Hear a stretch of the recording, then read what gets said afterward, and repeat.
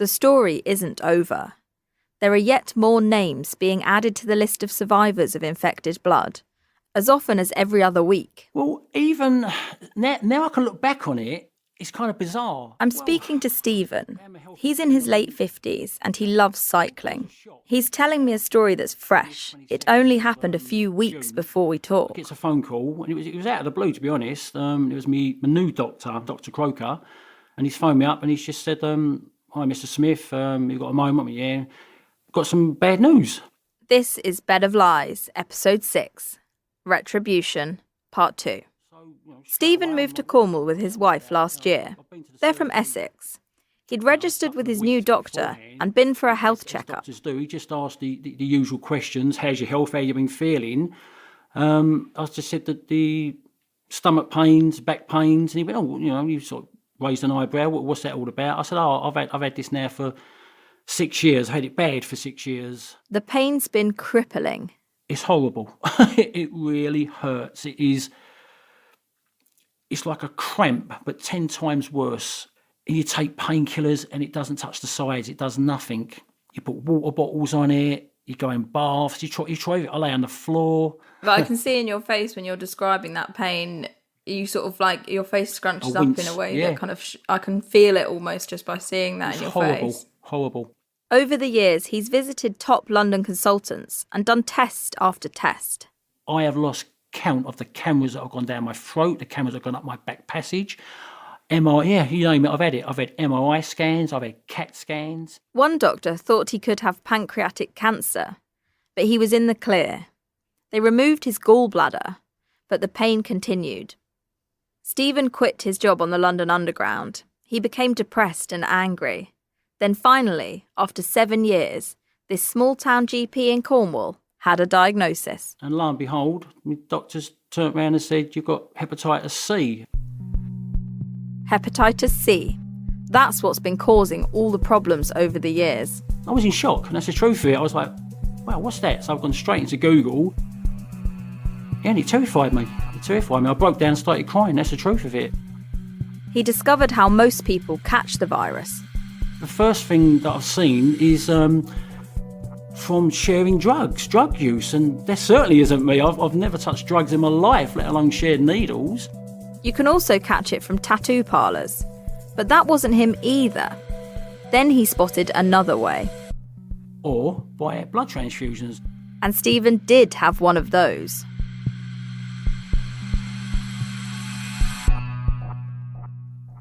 It was back in 1985 when I severed my artery, when I had a row with a glass door. I kicked the door and my leg went straight through it. It was like a guillotine. The neighbour come in, he's called an ambulance, everyone was screaming. I was passing out. I was just had my hands around my ankle trying to stop the blood. Severed everything down there, severed an artery, the nerves, the tendons, and nearly died. There was so much blood.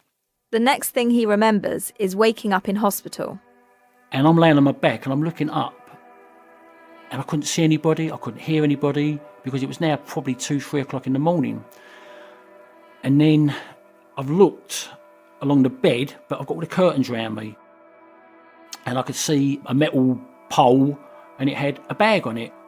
Blood was flowing from that bag into his arm, replenishing him after the accident. They were constantly changing them bags. He needed 4 pints in total. If I didn't have it, I would have died. So, what do you do? With that memory, Stephen became the latest victim of the biggest medical disaster in NHS history. I knew nothing about this blood inquiry. He doesn't have haemophilia, and he's never been given factor VIII. He got hepatitis C from a blood transfusion.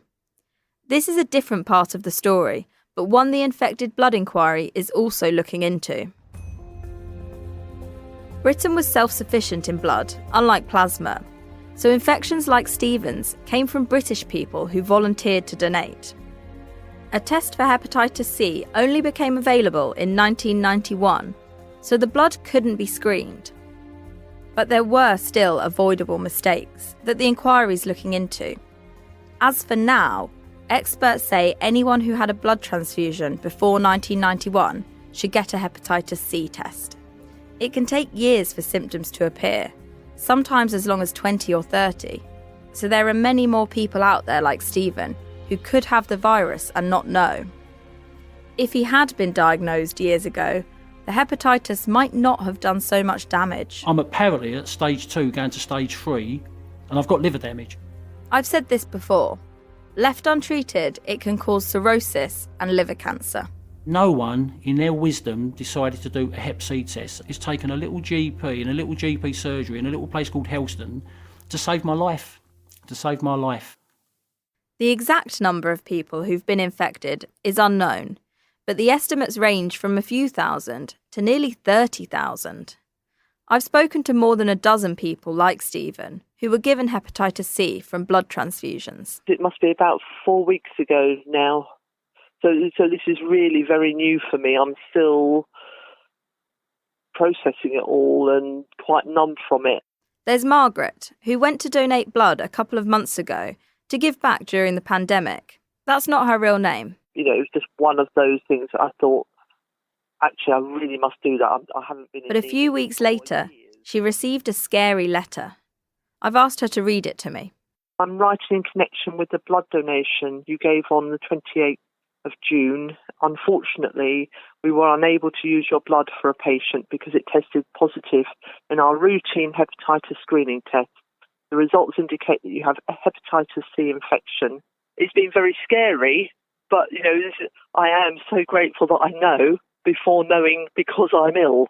The Hepatitis C Trust hears from about 2 people a month who, like Stephen and Margaret, have just been diagnosed, years after having infected blood transfusions.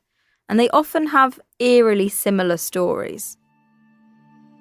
With the first birth, that's my eldest son, I lost lots and lots of blood. I was just really white and I couldn't stand up straight. In 1980, I had a hysterectomy. The first blood transfusion in March 1992. Because I was pregnant, I was anemic. Well, it was my husband. He was infected, so I'm affected. I was really chronically fatigued. I mean, more tired than you would normally be tired. And then I was getting very sort of brain foggy. My concentration was starting to go. You feel as if you're wading through treacle, feel as if your synapses won't connect. Really bad digestive issues. We had a sore back, that was the first problem. My skin was so itchy. Isolation because you feel so unwell. Somebody just said to me that worked in pathology, she said, ask them to test you for Hep C. And it had been on his records for 26 years that he had Hep C, which they never informed him about. You know, so many people have been diagnosed in the last 4 or 5 years. And I lost my husband 8 years ago, and it's been just a battle. They called it the silent killer. With Stephen's diagnosis, a lot of things fell into place. And I'm like, wow, like, yeah, hell yeah. Like, for the last 35 years, I've been grumpy, moody, aggressive. This is the one that really upsets me. Just give me a minute, I'll be back. Sorry, can't blame me. It really does change your personality. It makes you into a monster. In a way, Stephen's pleased to finally know what's been hiding in his body for so long, making him sicker and sicker. But he can't shake the feeling that if he had found out sooner, then his life could have been very different. My wife died of liver cancer 9 years ago. His first wife, who he had his daughter with. That's going through my mind. Did I give her hepatitis C? Was I the cause of her dying? How did I feel? Wow, how did I feel? I'm going goosebumpy now talking to you. Terrified. The physical impact of hepatitis C can be devastating. Simon and Nigel, the twins from Northern Ireland, know that all too well. Unlike Stephen, they got it from factor 8. I put on an awful lot of fluid, couldn't even wear a pair of trousers, had to stop work. That's Nigel. He became a lot more ill than his brother Simon. I found myself also having another issue which passed toxins through to the brain, bypassing the liver because the liver was so badly scarred. And I started to have strange, uncontrollable episodes that I would just burst out laughing, or I'd drop a cup of coffee and I couldn't understand why. Nigel's liver was so damaged, he needed a transplant. It was a terrifying experience, but he pulled through. And I can see that with Nigel now, since he's had a liver transplant after getting cancer, and since he has recovered very well so far, despite everything, that he's a different person physically. As for Simon, he has cirrhosis and lives in constant fear that he'll need a transplant too. The prospects aren't wonderful. So you're bearing all that on an everyday basis, and because it's stage 2, every 6 months I've got to get blood tests. So all of that, all of that is my lot. For the people I've spoken to with HIV, the lasting impact's different. There are treatments now that can make the virus almost undetectable, but the emotional scars run deep. We're pioneers of HIV in that we were part of the first cohort of people that were infected with HIV. That's Claire, who was widowed after her husband Brian died from AIDS. She's in good health, but she has to go to hospital for regular tests. The first time we met, I went with her to get results, after she gave evidence at the inquiry. Those of us that have lived with HIV for 35 years and have been part of a massive, massive cover-up have so much damage done to us, physically damage done to us mentally. She wants people to know how tough it's been to live with HIV, to understand her story. My head is bedded back as a 23-year-old. Don't speak about it, don't speak about it, don't speak about it. There are so many people in the haemophilia world who were infected with HIV who are still silenced to this day. Claire's open about having HIV now, but she still comes across ignorance. Only a few years ago, I faced stigma with someone who was taking blood from me at a hospital. The nurse asked if she was on any medication. Claire said yes, for HIV. And at that point, she just stopped and walked out and left me there. The next time I saw her, she was wearing these massive oversized gloves, looking really frightened. And I just thought, God, this is not that many years ago.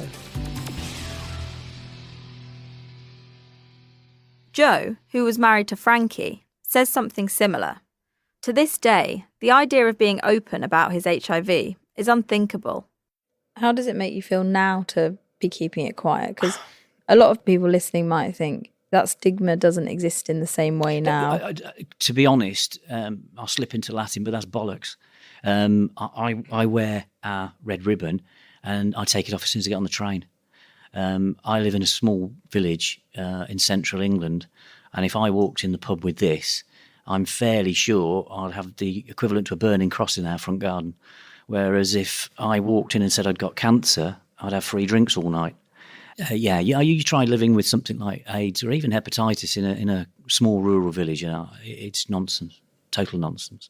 We're with his friend Alan when we talk. Alan's also infected, and they have another example of how HIV is treated differently.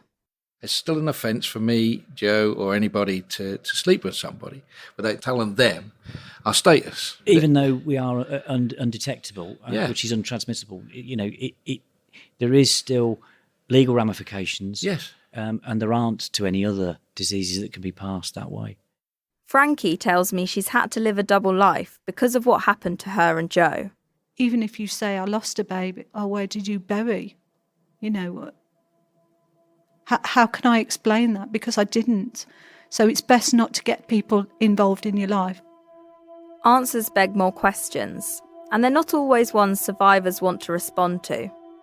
She kept the whole thing secret, even until a few years ago. I didn't want to tell my family. They knew Joe had HIV, but they didn't know her diagnosis, nor about the termination at 7 months. Her dad passed away without ever knowing. But when the inquiry was announced, Frankie decided it was time to tell her mum and brothers.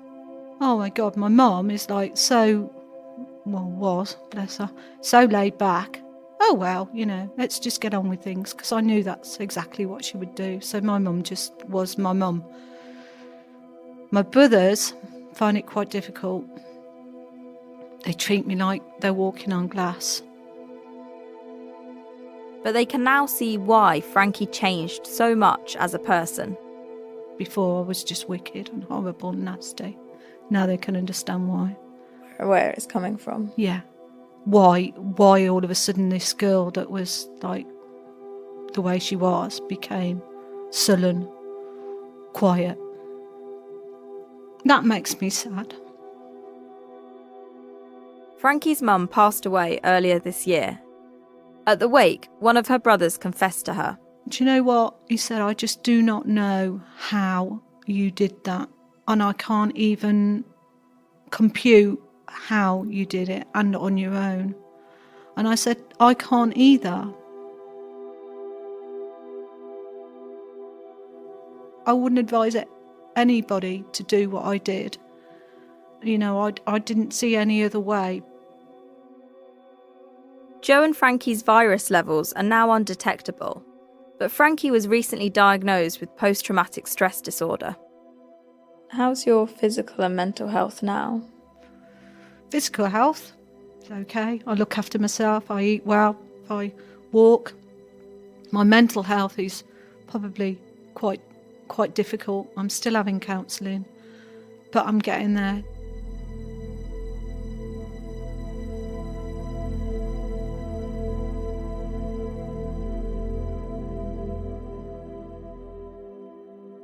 The infected blood inquiry has been validating for survivors. They feel like they're finally being listened to. What's it been like to come together and to have this inquiry? Yeah, incredibly empowering. You know, it's because you realise that, you know, you're not alone. You're not alone. You're not alone. That's Steve. He's friends with the boys from Trelaw's school. He has HIV and hepatitis C. One thing the inquiry has brought about is that you meet more and more people, and it's quite a cathartic. We've rejoined with people that we thought we'd never see again. Richard there. Campaigners like the community feel, as Michelle explains. There are people coming up that are on their own. So, well, let's have breakfast together. And it's nice just to see people meeting each other, talking, sharing their grief, having a cry. There are 4 main things survivors want from the inquiry. Everyone has different priorities, but there are common themes. The first thing they want is the truth. That means answers from the people involved. How is it that 1,243 haemophiliacs got HIV? And how come the vast majority of the public did not know about this? Over the years, we've been pushed aside, dismissed, made to feel like moaners, and we haven't had the recognition I think that we've all craved for so many years. We're not asking for blood, we're simply asking for the truth. And we have those answers that help us put to bed, close the chapter, shut the book. And it's also a chance for survivors to put their stories on the record, to hand them over. After I gave evidence, it's like shedding a skin.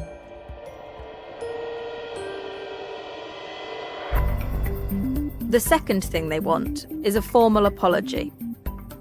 When I was at the inquiry at the end, I said sorry. Dr. Leah Katparapia from Bradford saw firsthand how much it meant to survivors. And I got so many messages and people writing to me. But that's what we needed over all these years, is people to say sorry. Look, things have gone wrong, but we are sorry. Even the government never said sorry.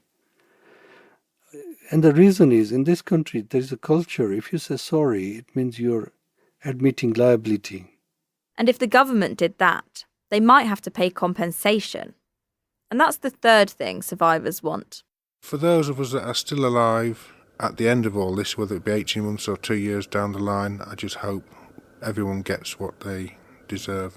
And it is imperative that for those people who have lost their jobs, who couldn't work because of their health, who suffered serious mental illness as a result of it, and the pain and the anguish of losing family and losing career, and the social impacts, those have all got to be recognised. The government has announced an independent study to look into compensation for the survivors. I think it cannot but report that this was badly handled by the government, that it was a cover-up, and that these people should have been compensated. Des Collins. the lawyer from Watford. That's a huge process to come down the line, and you're talking in terms of billions. Huge amounts of money, because if you valued each case at about £1 million and you say you've got 1,500 of them, you do the figures on it. There's one more thing some campaigners would like to see, and that's criminal charges.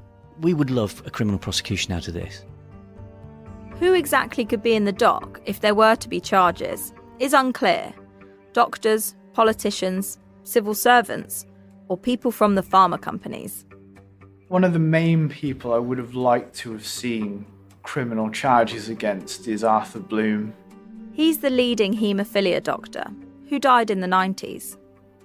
I know for a lot of our community, they love the idea of arrest Ken Clark. And yeah, I love the idea of that too, but I'm also a realist. And I know that's not going to happen. Des Collins doesn't think it's likely Ken Clark will face charges. I suspect if there were prosecutions, they would be more likely to be brought against the senior civil servants who were responsible for the decisions, even though they were made in the name of the politicians. The pupils from Trelaws have another idea. I think I'll actually pay some of my compensation money to actually set up a huge stall in the middle of the city of Westminster. Stocks, nothing egregious, but just have van loads and van loads of rotten fruit for the campaigners to hurl at the ministers. That would do it for me, I think. All of them. Starting with Mr. KC and working our way back. The chair of the inquiry, Sir Brian Langstaff, isn't ruling anything out, apart from maybe stocks in Westminster. Twin brothers Simon and Nigel have an impassioned plea for Sir Brian as he puts together his final report. This is the last stand. So government needs to get it right. And I hope and trust as other campaigners and victims do, that there will be some integrity and some honesty and some clarity at the end of this report that Sir Brian brings out, so that we can finally bury this damn beast and people can get on with their lives and live them, because so many people have been consumed by this monster that they may never be able to get free of it. And it is my desire that as soon as it's over, I run to the hills and get free from it for once and for all. But there's one more thing I want to know. Could it ever happen again? To truly understand if things have changed, we have to go back to the place where this all begins, the plasma donation room. I've been looking into the plasma trade. That yellowish part of blood is just as important now as it was in the 80s. Today, Factor VIII is all synthetic. I've mentioned that. But almost all of us will receive human plasma at some point in our lives. Pregnant women are often given antibodies, and it's used when people suffer major blood loss, like after a car crash. It can also treat burns, liver failure, and rare conditions. It's massively in demand. In 2018, the world harvested over 60 million litres of plasma. That's the equivalent of 24 Olympic swimming pools. I've learnt a lot of promising things, though. All plasma is now screened for viruses like hepatitis and HIV, and it's cleaned with heat and chemicals. In Britain, we have strict rules for plasma collection. The NHS assures people all our donors are unpaid. It's illegal to pay. So people give blood, platelets and plasma to help save lives. But after the AIDS crisis, there was mad cow disease, and Brits were banned from donating plasma after traces were found in our blood supply. Some people with haemophilia were exposed to it through Factor VIII. That rule was lifted this year, in 2021. We don't generate anywhere near enough plasma in the UK to sustain ourselves. So where does it all come from? I've been doing some digging, and I'm surprised by what I find. This is the other side of the American dream. Masses of poor people willing to sell their blood. They provide an unlimited pool of primary material. I'm watching a documentary. This isn't World in Action from 1975, but a film from 2017 called Blood Business. We wanted to understand the conditions in which blood is collected. 7 a.m. in Cleveland, in the parking lot of Octapharma. Cleveland's been badly hit by unemployment. There are people lining up to enter a large building in a strip mall. They have their hoods up and hats on as they shuffle in. The reporters make it inside with a hidden camera. They show donors answering questions on a machine, like do they have HIV? Have they had a tattoo in the last couple of years? And do they do drugs? Then they have a quick health check where their blood pressure's taken. The room's full, rows and rows of beds with donors lying in them. They're mostly adult men. Outside, one donor says he's seen people doing drugs in the car park just after they've donated. Before long, the centre calls the police and the reporters are told to move on. This scene is repeated in city centres across America every day.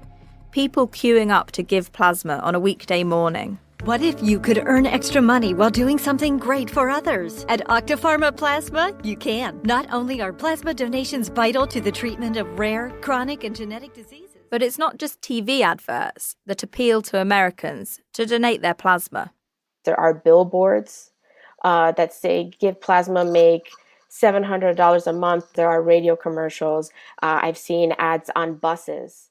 Annalidis Ochoa is an American researcher who's looking into the plasma business. She's telling me about it. How much money is it that donors receive for donating their plasma in the US? The specials or the incentives that I've seen that are going on right now are between $900 to $1,000 a month for the first month. Wow. You said you've got an advert there. I will hold it up and show it to you. So here you see, it says a part-time that pays well, earn up to $1,000 in 8 donations. It doesn't look very sort of medical or clinical at all, does it? It kind of looks like it could be an advert for a babysitting job. It's kind of a sort of pastel green. And the $1,000 is quite prominent there, isn't it? Yes, it is. And where did you pick up that flyer from? I picked this up at a shopping center. I'm like, oh my God, they're advertising in shopping centers.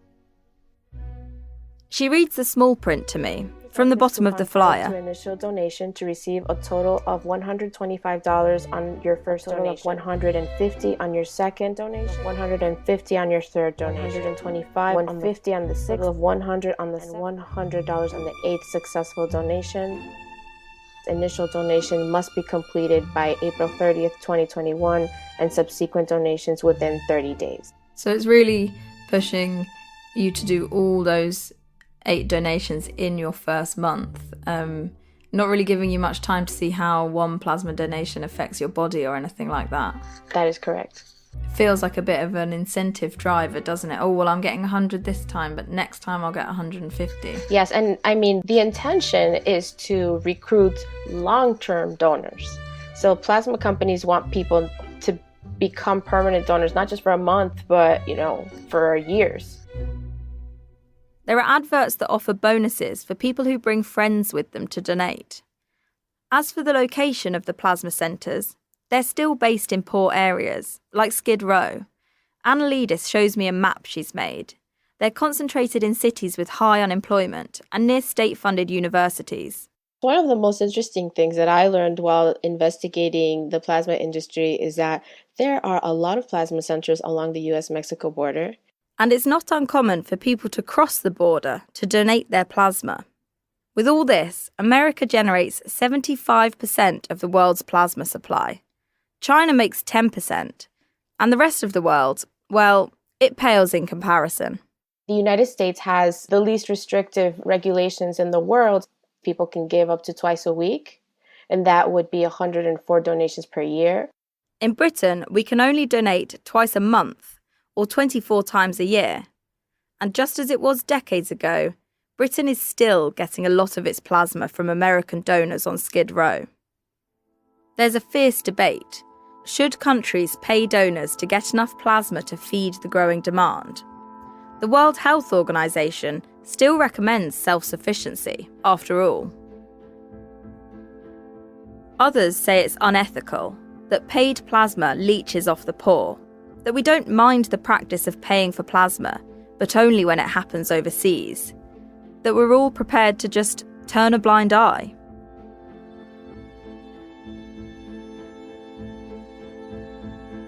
There's been very little research into the long-term health impacts of donating plasma regularly, and Annalidis Ochoa is one of the few people looking at the whole system. She's found that the US plasma trade started to boom after the financial crash. And since then, it's just continued to increase. The number of centres has more than trebled. There are about 975 plasma centers in the US right now. And the pandemic has led to even more. By the end of this year, there might be 1,000. And more plasma means more profit. The industry was worth about $4 billion in 2008 and is forecast to reach $48 billion by 2025. The author Douglas Starr sums it all up. It certainly sounds morally sketchy, and then the question becomes, how morally sketchy? But then what if you don't have enough plasma and people die? And I'm not evading your question, I'm appreciating the complexity of it. There are other models. In Italy, people get a day off work to donate plasma, and they're nearly self-sufficient. As Britain starts its own plasma drive, it's something to think about. But my main question is whether this crisis could repeat itself. Plasma is a lot safer now, but I want to know if it's completely safe. I asked the author Donna Shaw, do you think there are enough safety checks now in place that a scandal like that couldn't happen again, or could it happen again if a new virus or germ appeared? There's always going to be new pathogens, new viruses that are going to infect the blood supply. Will they be killed by the current processes that we use? But is it possible that there are some germs out there lurking that we don't know about yet that would not be killed off by these processes? It's possible. If another disease did appear in the blood, there's hope that the pharma companies would react quicker, that they wouldn't try and cover it up. It would be wonderful for me to say that it could never happen again, but it absolutely could happen again. We're all going to have constant vigilance, because when you forget about these things, when you forget that they happened, you're opening a door for it to happen again. And we've got to hope they've learnt the lesson, because the companies that dominate the American market today, they've got pretty familiar roots. Annalidis Ochoa talks me through them. There are 4 companies that dominate the market and own about 80% of plasma centers. So CSL Plasma, an Australian company, owns about 29% of plasma centers in the US. They own the remains of Armour. Grifols, a Spanish company, owns 20%. They took over Bayer's plasma business.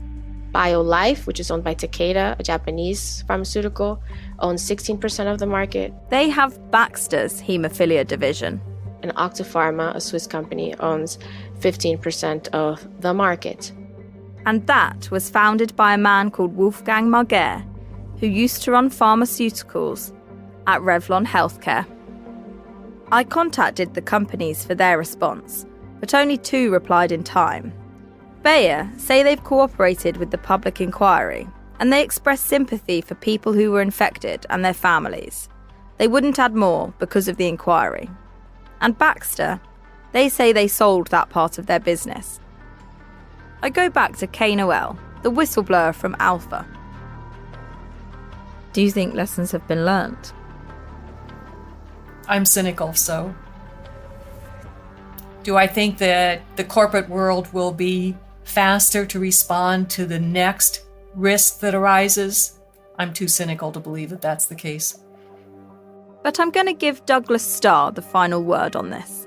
The blood industry, they have been so conscientious and so careful. I myself, for minor athletic operations, have had a couple of incidents where I've been transfused with a bunch of plasma, and I had no discomfort about it at all.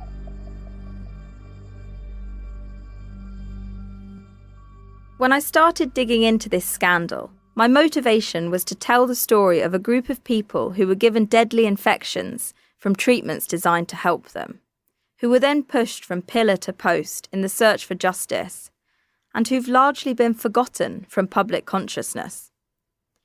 Listeners tell me they're shocked at what happened, that they didn't know about it. Survivors and campaigners have messaged me to say they've learnt things too, like the perspective of whistleblower Kay Noel, and some of the adverts Michael Baum showed me, the ones that targeted people with hepatitis B. They've since been submitted to the inquiry as evidence. The stories had a lasting impact on everyone involved, from the people who were infected to those who tried to help them. Donna Shaw, the author, sent me an email just the other day saying she lost a lot of sleep over the years from covering this story. It gets to you in ways that no other does, she says. Des Collins, the lawyer from Watford, is hardy, of the old school. He's worked on this case for 4 years and heard the stories of over 1,000 people. I ask him if any of it's got to him. It's people watching your father die over a period of 6 or 8 months in awful circumstances.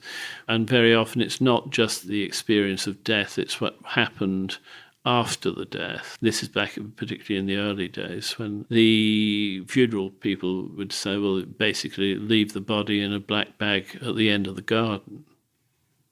That's horrible. Has that got you again now? It's just inhuman. But it's you can understand man's inhumanity to man because we're all the same. But someone caused that funeral director to have to behave in that way. The old boys from Trelaw School who've lived to see the inquiry can't shake a feeling of guilt. Richard, Adrian, Tom, and the other ex-pupils tell me how deep it runs. You feel like, I haven't suffered anything like a number of others, lots of other people. I'm still here. I'm quite healthy. Yes, but it's some weird kind of a guilt, or people may look at you and say, why is he okay? Why did he get away with it? Regarding survivor's guilt, every hour I think of somebody, or you hear a song, the usual ones, a film. The famous film Gremlins came on the other week, and one of our first experiences of Trelaw's is telling us when to go see Gremlins in the local cinema. So when that film comes on, I'm in the cinema with 10. Roughly 7 died now, 3 of us are left. So it's just a continuum of guilt. And why me? Why us? They've made a promise to their late classmates to keep their memories alive. When one of his friends was dying, he begged Adrian, you must get the story out. You must tell people, talk and talk and talk. So I've been talking ever since. And there's one thing they will always have, to the end: each other.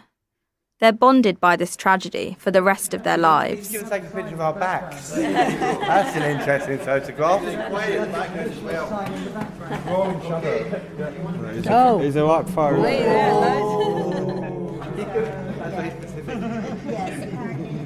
That's Carl, thank you. Simon and Nigel, the twins from Northern Ireland, have made similar commitments to the relatives they lost, who had haemophilia too. I felt I had to speak for those whose voices had been taken away. Simon, you said there that when this is over, you want to run for the hills. Can you tell me a bit about what you're looking forward to doing, or what might change for you both when this is all over? It's like a war will have ended. I just want to be able to go back to the garden, back to the fields, just symbolically or metaphorically, just to be able to leave it behind. And then I just want to go off and get on with life and do the other things and not have this like an incubus sitting on my shoulder all the time. And is that the same for you, Nigel? I don't enjoy campaigning. It is part of me. It is necessary. I've taken this course and I will run it until it's done. Then I'll sit back. Then I'll relax. then I'll do what I want to do. The end of the infected blood inquiry will finally bring a moment of closure for all these survivors. They'll have a life beyond the scandal. For Jason, the campaigner whose dad died when he was 4, the report will be bittersweet. It's giving me some connection to my dad or his life. I'm stretching out, that time, I didn't have with him. And I often wonder, when this inquiry ends, it may almost be like losing him again in a way, because this moment, this connection to his life will be over. His mum still cries every time they talk about his dad. I just keep coming back to this thing where there is no victory, there is no winning. It's just too late. There is never going to be a day where we're all stood on some steps cheering and chanting and we finally made it. It's never going to happen because almost everyone's already dead. So it's already lost. It's just sad all round. If there is no victory, why are you doing it? For me, that's what this is about. It's just about respecting and honouring my dad. But Jason's made himself a promise. I did decide some time ago that I'm in it 100% for this inquiry and the group legal action. After those two things have ran their course, success or fail, I'm out, I'm done, and I will never campaign on this issue ever again. That is set in stone for me because I do not want to be, I'm at a point where I'm thinking about having my own kids and it's like, oh, where's dad? He's upstairs trying to get to the truth about the blood scandal. I don't want to be that person. Frankie and Joe, the couple who had to terminate a pregnancy at 7 months, are still traumatised by what happened. I try and have a stiff upper lip about it, and I try and put it, if I start thinking about it, I put it to the back of my mind. Something that did bring it up in a meal with my solicitor is that my solicitor is the age that my son would have been.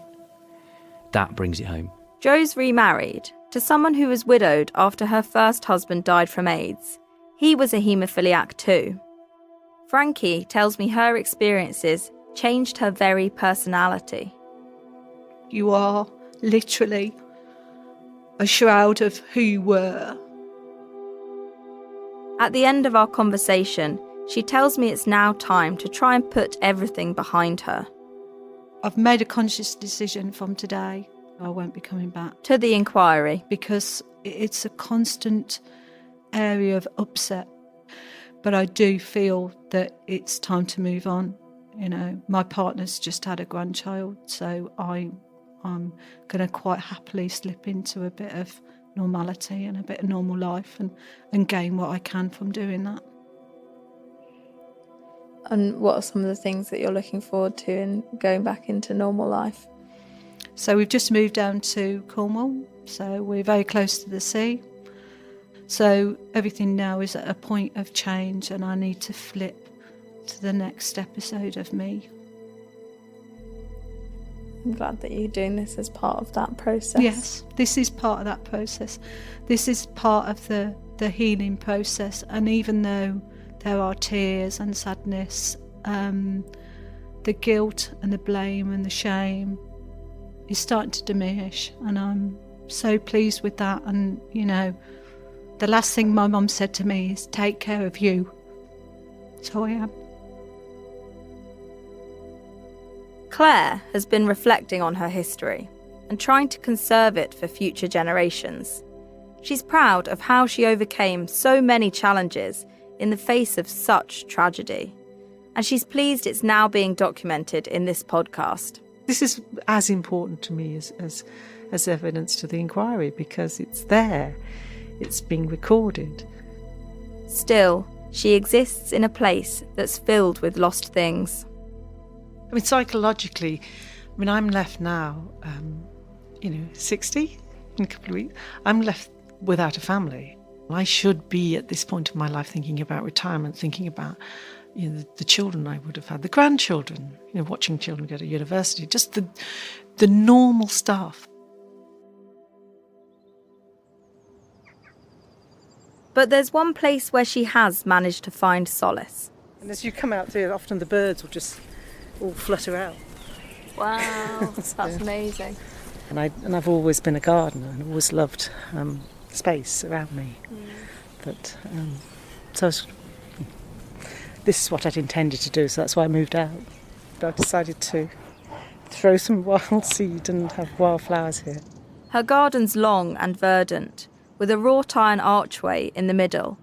We walk all the way to the far end, where there's a bench that looks back towards Claire's house. Often I'll just sit here with the dog. The dog runs all over the garden, jumps on the bench with me, so it's lovely. Yes, so it's nice now. It's peace for me, really. As I'm finishing this series, I catch her on one of those days spent in her garden. It's autumn now, and she's been tending to 3 new trees. Have you been having a nice Friday? I've been gardening. There's beautiful autumn colour now. Beautiful. Yeah, I'm sure it's looking very nice. So I had one more question I wanted to ask you. There's been a common thread running through the series. It's not an easy question, but I wanted to ask you it. Who do you think is responsible for Brian's death? I think the pharmaceutical companies. And those that then allowed the pharmaceutical companies to operate in the way they did. My husband, Brian, a haemophiliac, was so low down in their eyes that he just didn't matter. And so he died, never knowing. Perhaps that was the best thing for him, that, as he went to Iceland and enjoyed that last adventure he had, that he didn't spend his time campaigning. All we can do is continue to push for the truth, and the truth is all we have.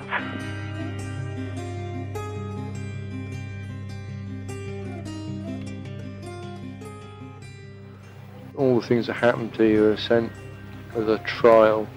And when your number is called up, your number's called up, and there's nothing you can do about it. The things that are sent to try you, to somehow test your strengths, I guess.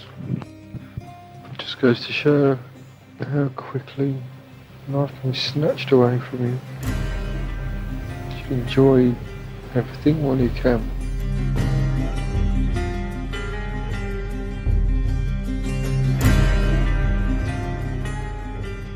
I'm Cara McGugan, and this was Bed of Lies. Thank you for listening. And if you enjoyed the show, please do leave a 5-star rating and a short review on Apple Podcasts. It'll help new listeners find us and help share the stories of the people affected by this scandal. It might just bring them one step closer to justice. If you received contaminated blood or blood products before 1991, you can contact the inquiry at infectedbloodinquiry.org.uk. Please do consider taking out a Telegraph subscription. We couldn't have made this show without our subscribers. You can sign up for 30 days free at telegraph.co.uk/lies podcast. Don't forget that you can find exclusive details and pictures in my reporter's notebook at telegraph.co.uk/notebook. Bed of Lies was written by me, Cara McGugan, and produced by Sarah Peters at Tuning Fork Productions. The executive producer was Theodora Laludis, and sound design was by David Thomas and Peregrine Andrews. I'd also like to thank Rachel Welsh, Tom Gibbs, and Giles Gear for their help with the series. If there's a story you think I should be telling, you can find me on Twitter at CJ McGugan or email podcasts@telegraph.co.uk.